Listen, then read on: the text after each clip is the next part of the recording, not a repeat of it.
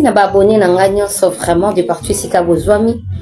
Na continuer na deuxième partie ya vidéo on a salaki sur la révélation de Karine Mokonzi. Oyo nzamba révéla kinga pona ko éveiller pe ko ganga ko belela na bana nzambe babima na kati ya ba distraction, babima na kati ya ba clic, ba ki fanatisme. Il faut ko bima na kombo na Yesu. Et c'est là qui révélation ya onga nzamba la kisa kinga ya Karine o abandaki ko proposer nga robe, abandaki ko proposer nga elamba pendant que abandaki ko organiser fête na ebité fête ya nini na se retrouva ki na mutuka a proposer nga elamba. Bandeko il faut rebonner là j'insiste. Nayebi ke ba page lingara mambo polémique, nayebi ke ba page lingara kokata ba place ya boye. Mais nyonso nazolo beza polémique ite eza important. Et il faut ko bimana ki fanatisme. Nini salamaka na batu oyo, batu ba mikotisa, biso ba chinois, biso ba gaulois, biso ba warrior, biso ba spiritu tas spiritas voilà biso ba spiritas bolimbisa bien aimé maramba on a maîtrise ngo bien te. Il faut que soko bima au milieu de, il faut que bima na kati ya monde wana boza ba esclave. Et c'est que le Saint-Esprit m'a fait comprendre. Na robe eza identité. Et lamba ezalaka identité ya mutu. Na réseaux sociaux balatisa yo identité nini. Ozalaki mwana malamu. Oyaki na ba vision no ya malamu, ya mafinga te, ya kindumba te, ya kisongi songi te. Mais tango komi ko kotoyer batu mususu na réseaux sociaux et memi yo na kati ya vie ya envoûtement.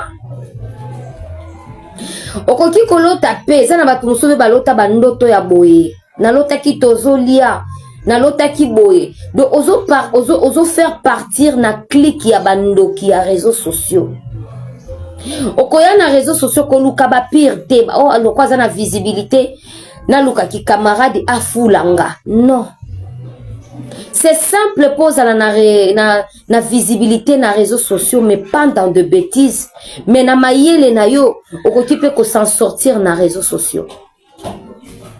Et lamba eza identité. Kolota Karine azo proposer nga robe identité ni nyalinga la tisanga yo kasiko. Oko comprendre te na ndoto ape choper robe lati okomi esclave na ye. Esclave na sens nini? Il faut soigner la raye. Et pourtant na kokoma esclave ya ko soigner la ye ezo fungolelo ba porte ya malheur pe ya kufa.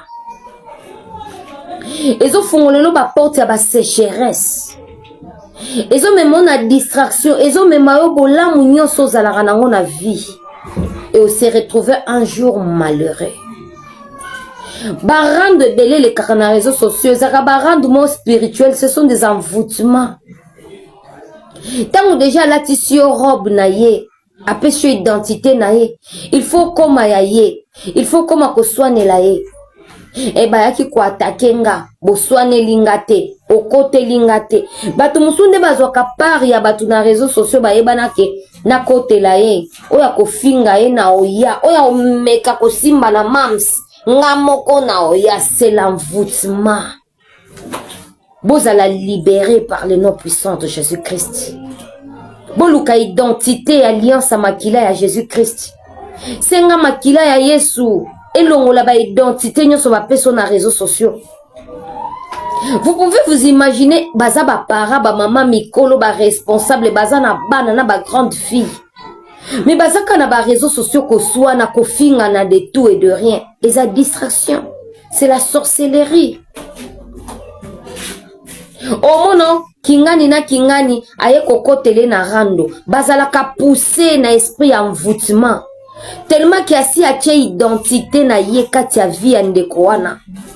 Tellement qu'il y a si à côté si bondo kinaye. Na se a kozanga vie de prière parce que eloko e permetaka biso to capter to mona ezaka vie à sanctification na vie de prière. tango za mingi na présence ya nzambe nzamba obombelo elo te yango tokomaka na capacité ame na biso ekomaka na sensibilité ya komona namonaki mpe mama Congo na oya na message na yo bien aimé repentez-vous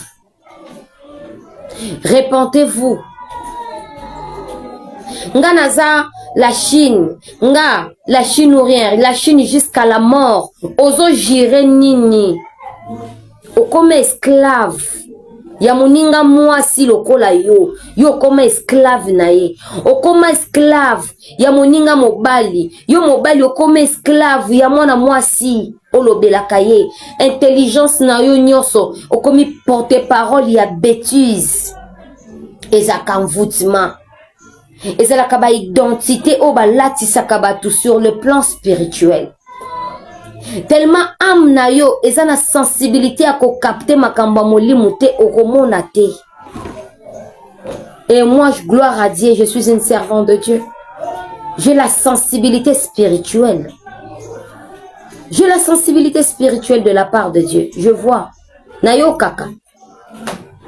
Talaka nzamba memanga na dimension ya yo ka solo ya ba démon.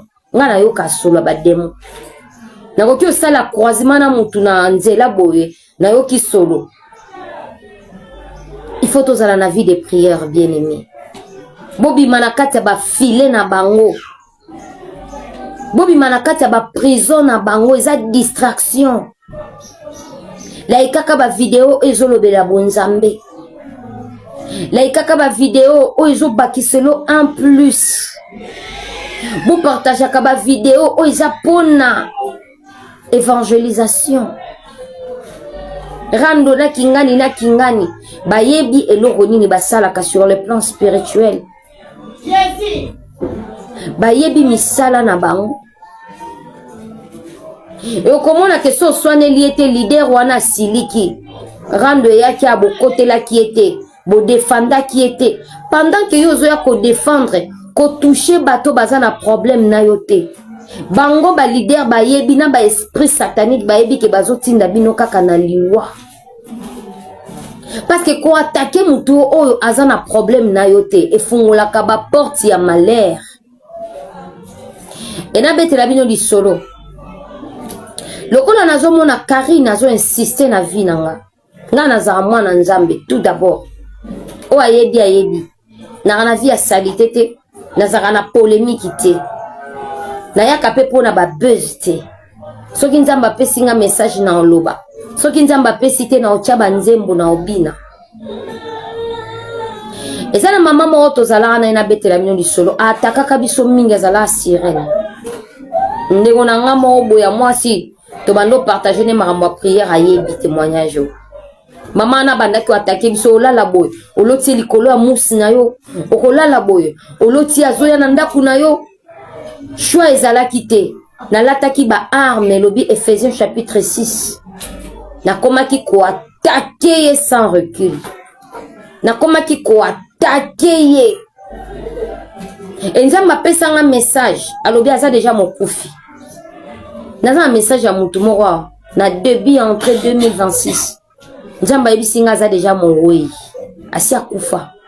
Mais o ezotamboleza elilingeza poso. Karine soko zo continuer koya, je vais t'attaquer. Na ko attaquer osiko. Na ko banda ko attaquer na ba prière. Ndo moni batu musu ba kweyaka. Batindi mission pa Moutoumoro za na alliance na Nzambe.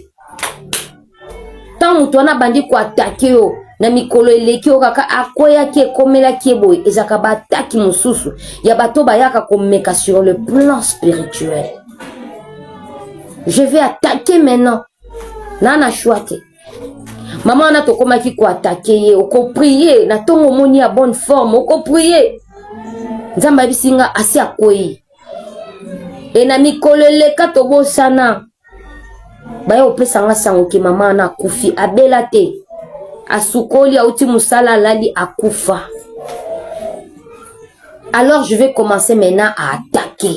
Pour ceux qui n'a attaqué spirituellement dans ma prière, de moi koki ko échapper nga te po nazala na manda. Nzamba kangola bino, nzamba fungola bino misu bomona. bato bo soutenaka na